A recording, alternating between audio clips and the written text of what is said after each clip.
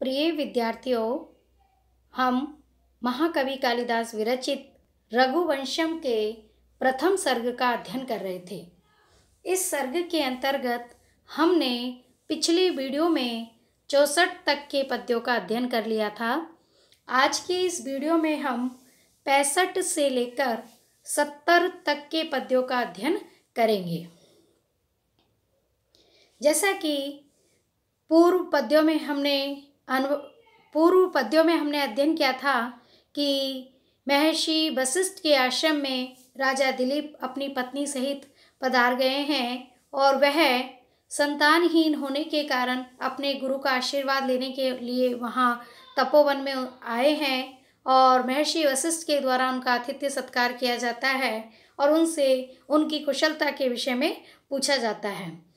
राजा दिलीप के द्वारा अपने राज्य की कुशलता, अपने राज्य की सुख समृद्धि, अपने राज्य में सुशासन इत्यादि सभी का कारण गुरु वशिष्ठ के ब्रह्म तेज को बतलाया जाता है और वो कहते हैं कि आपकी अनुकंपा ही मेरे राज्य पर है, मुझ पर है, और जिसके की कारण हमारे राज्य में सब प्रकार की सुख समृद्धि का सन्निवास है। आगे इसी प्रसंग में राजा दिलीप अपने कुल गुरु वशिष्ठ के समक्ष अपने मनोरथ को अभिव्यक्त करते हुए कहते हैं, किंतु वध्वाम तव एतस्याम अदृष्ट सदृश्य प्रजम न मामवती सद्वीपा रत्नसूरपि मेदिनी। राजा दिलीप कहते हैं, किंतु तब आपकी एतस्या वध्वा इस वधु सुदक्षिणा से अदृष्ट सदृशम अपने अनुरूप पुत्र प्राप्त न करके सद्वीपा अनेक द्वीपों वाली रत्नसु अनेक रत्नों को जन्म देने वाली भी मेदिनी पृथ्वी, यह पृथ्वी मुझे प्रसन्नता नहीं देती है।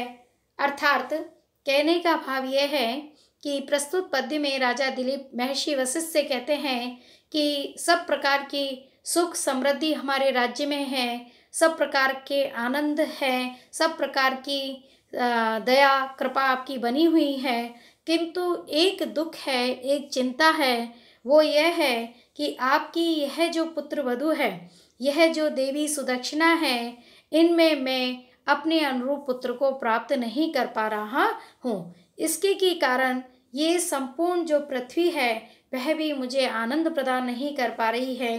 केवल ये चिंता, ये दुख मुझे संतप्त किए जा रहा है। तो कृपा कर आप इस मेरे दुख को, इस मेरे संताप को दूर कीजिए। नूनम मत्तः परम वंश्या पिंड विच्छेद दर्शिनः न प्रकाम भुजः श्राद्धे स्वधा संग्रह तत्परः। राजा दिलीप अपने कुल गुरु वशिष्ठ से कहते हैं कि मेरी जो ये हृदयस्थ वेदना है मैं आपके समक्ष व्यक्त कर रहा हूँ और इसलिए हे गुरुवर, आप मुझे पुत्र प्राप्ति का कोई मार्ग बतलाइए जिससे कि ये मेरा संताप दूर हो सके। इसी संदर्भ में महाराज दिलीप कुल गुरु वशिष्ठ से कहते हैं कि नूनम निश्चय ही मतः परम, मेरे पश्चात अर्थात मेरी मृत्यु के उपरांत,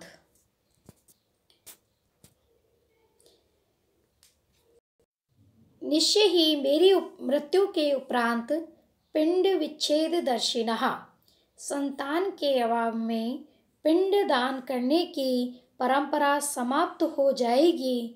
इसे दृष्टिगत रखते हुए स्वधा संग्रह तत्परा, पितृभोज के संग्रह में लगे हुए वंश्या मेरे पितृगण श्राद्धे श्राद्ध कर्म में भी प्रकाम भुजैना संति, अपने पेट के भरने तक भोजन नहीं कर पाते हैं, अर्थात तृप्त नहीं हो पाते हैं।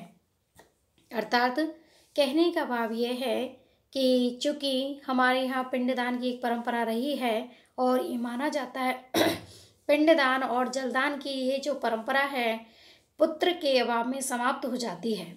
इस तरह पौराणिक मान्यता अनुसार पितरों का पतन हो जाता है। इसलिए पुत्र प्राप्ति भारतीय दर्शन के अनुसार अति आवश्यक बतलाई गई है। उसी की ओर यहाँ संकेत किया गया है और दिलीप अपने कुलगुरु वशिष्ठ से उस दुख को, उस हृदयस्थ वेदना को अभिव्यक्त करते हुए कहते हैं कि मेरी मृत्यु के उपरांत मेरे संतान न होने के कारण मेरे पूर्वजों का पिंडदान कौन करेगा, उनके श्राद्ध कर्म कौन करेगा, और ये परंपरा यहीं पर समाप्त हो जाएगी। और मुझे ऐसा लगता है कि इसीलिए मेरे पूर्वज श्राद्ध कर्म में भी भोजन को संतुष्टि पूर्वक ग्रहण नहीं करते हैं, वह तृप्त नहीं हो पाते हैं। तो हे गुरुवर, मेरे संताप को आप दूर कीजिए, मेरे संतान हो ऐसा कोई उपाय आप मुझे बतलाइए। मत परम दुर्लभम मत्वा नूनम आवर्जितम मया पयः पूर्वैः स्वनिश्वासैः कवोष्णम उपभुज्यते। कवि कालिदास कहते हैं कि संतान के अभाव से, वंश विनाश के भय से रघुवंश के पूर्वज पितृगण भी चिंतित होने लगे हैं। इसी विषय में महाराज दिलीप अपने कुल गुरु वशिष्ठ से निवेदन करते हुए कहते हैं कि हे गुरुवर, मत परम, मेरे मृत्यु के उपरांत, मेरे जीवन समाप्ति के बाद दुर्लभम मतः, दुर्लभ मानकर यानी फिर प्राप्त न होने वाला मानकर, मया आवर्जितम, मेरे द्वारा समर्पित किए गए, पयः, दुग्ध इत्यादि दान को पूर्वजों के द्वारा स्वनिश्वास ही, अपनी उष्ण श्वास से, कवोष्णम, थोड़ा सा गर्म कर, उपभुज्यते, भोगा जाता है, ग्रहण किया जाता है। अर्थात कहने का भाव यह है कि राजा दिलीप कहते हैं महर्षि वशिष्ठ से कि मेरी मृत्यु के उपरांत जल तर्पण, श्राद्ध आदि जो कर्म है वो मेरे पितरों पूर्वजों के लिए प्राप्त हो जाएगा। और ऐसा सोचकर, ऐसा समझकर, मानो मेरे द्वारा अर्पित किए गए दूध जल इत्यादि को मेरे जो पूर्वज, जो कि स्वर्ग में स्थित है, वह चिंता के कारण छोड़ी गई उष्ण श्वास से मानो थोड़ा गर्म होने पर ही ग्रहण करते हैं। यह मेरी चिंता का, मेरे दुख का विषय है। तो यहाँ कवि कालिदास के द्वारा राजा दिलीप की हृदयस्थ वेदना को अभिव्यक्त किया गया है और बताया गया है कि राजा दिलीप पितृ ऋण मुक्ति के लिए ही पुत्र प्राप्ति हेतु उत्सुक हैं और साथ ही कवि विश्वास करता है कि अपने वंशजों से प्राप्त पिंडदान और जल तर्पण आदि प्रक्रिया स्वर्ग में स्थित पूर्वज उसे ग्रहण करते हैं और उसे प्राप्त कर प्रसन्न होते हैं। तो यहाँ पर भारतीय संस्कृति के पितृ ऋण से मुक्ति के एक जो कार्य है, एक जो विश्वास है, एक आस्था जो है, उसको, इसकी ओर कवि का संकेत किया गया है। और कहा भी गया है कि पुत्र ही पितृ तर्पण आदि कार्य करते हैं और इसी निमित्त यहाँ पर राजा दिलीप कुल गुरु वशिष्ठ से निवेदन करते हैं कि मेरी मृत्यु के उपरांत ये जल तर्पण आदि मेरे पितरों के लिए दुष्प्राप्य हो जाएगा और ऐसा मानकर के वह जो मेरे पितृजन जो कि स्वर्ग में स्थित हैं वह दुख पूर्वक उष्ण श्वास से छोड़ते हुए इस जल को ग्रहण करते हैं, जिससे कि वह कुछ गर्म हो जाता है और यह चिंता मुझे दिन रात संतप्त करती है। तो इसलिए हे कुलगुरु, आप मेरे इस संताप को दूर कीजिए, मेरे इस दुख को दूर करने का कोई उपाय बताइए। सो अहम इज्जा विशुद्ध आत्मा प्रजालोप निमीलित है प्रकाशश्च लोकालोक इव अचलः। कवि कालिदास यहाँ पर यहाँ पर पुत्र प्राप्त करने के निमित्त महाराज दिलीप की जो चिंता है उसको अभिव्यक्त करते हुए कहते हैं कि वह अपने कुलगुरु से कहते हैं कि इज्जा विशुद्ध आत्मा, यज्ञ से पवित्र बनी हुई आत्मा वाला, प्रजालोप निमीलितः, संतान के अभाव में अंधकार से आवृत, स वह अहम मैं लोक अलोक लोकालोक पर्वत की भांति, लोकालोक अचलः इव लोकालोक पर्वत की भांति, प्रकाशश्च प्रकाशवान भी हूँ और अप्रकाशवान भी हूँ। अर्थात कहने का भाव यह है कि देव ऋण से मुक्ति प्राप्त करने के लिए मैं निरंतर यज्ञ आदि धार्मिक क्रियाओं को संपन्न करता हूँ। इससे मैं आत्मिक विशुद्धता को मैंने प्राप्त कर लिया है, किंतु पुत्र को प्राप्त किए बिना मेरी स्थिति लोकालोक पर्वत की भांति है, जो एक साथ ही उजाले और अंधकार में रहता है। लोक में स्थित होने से वह प्रकाशमान है और अलोक की स्थिति में वह प्रकाशमान है। उसी पर्वत की भांति मेरी स्थिति है।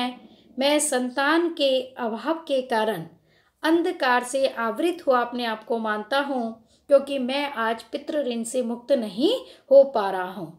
तो देव ऋण से मुक्त होने के कारण, किंतु पितृ ऋण से विमुक्त न हो पाने के कारण मेरी जो स्थिति है वह लोकालोक पर्वत के समान है। इसलिए हे गुरुवर, आप मेरे इस संताप को दूर करने का कोई उपाय बतलाइए। लोकांतर सुखम पुण्यम तपोदान समुद्भवम संतति ही शुद्ध वंश्या ही परत्र यह च शर्मणे है। यहाँ कहते हैं, कवि कहते हैं कि लोकांतर सुखम पुण्यम तपोदान समोद्भवम, तपोदान समोद्भवम, तप और दान से प्राप्त, तप और दान से उत्पन्न हुए पुण्यम सत्कर्म का फल, लोकांतरम सुखम परलोक में सुख देने वाला होता है, किंतु शुद्ध वंशया संतति ही, शुद्ध वंश में उत्पन्न होने वाली संतान यह इस संसार में परत्र च और परलोक में शर्मणे है, कल्याणकारी होती है, सुख के लिए होती है।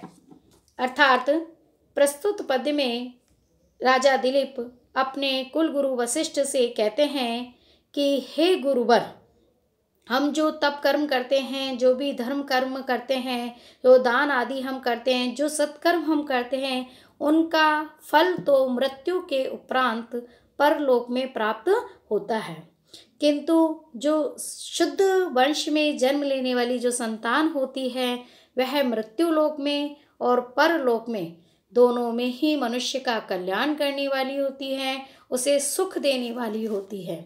इसलिए यहाँ मेरे मृत्युलोक और परलोक में कल्याण हेतु आप मुझे पुत्र प्राप्ति का कोई उपाय बतलाइए, पुत्र प्राप्ति हो सके ऐसा कोई मार्ग निर्देशित कीजिए।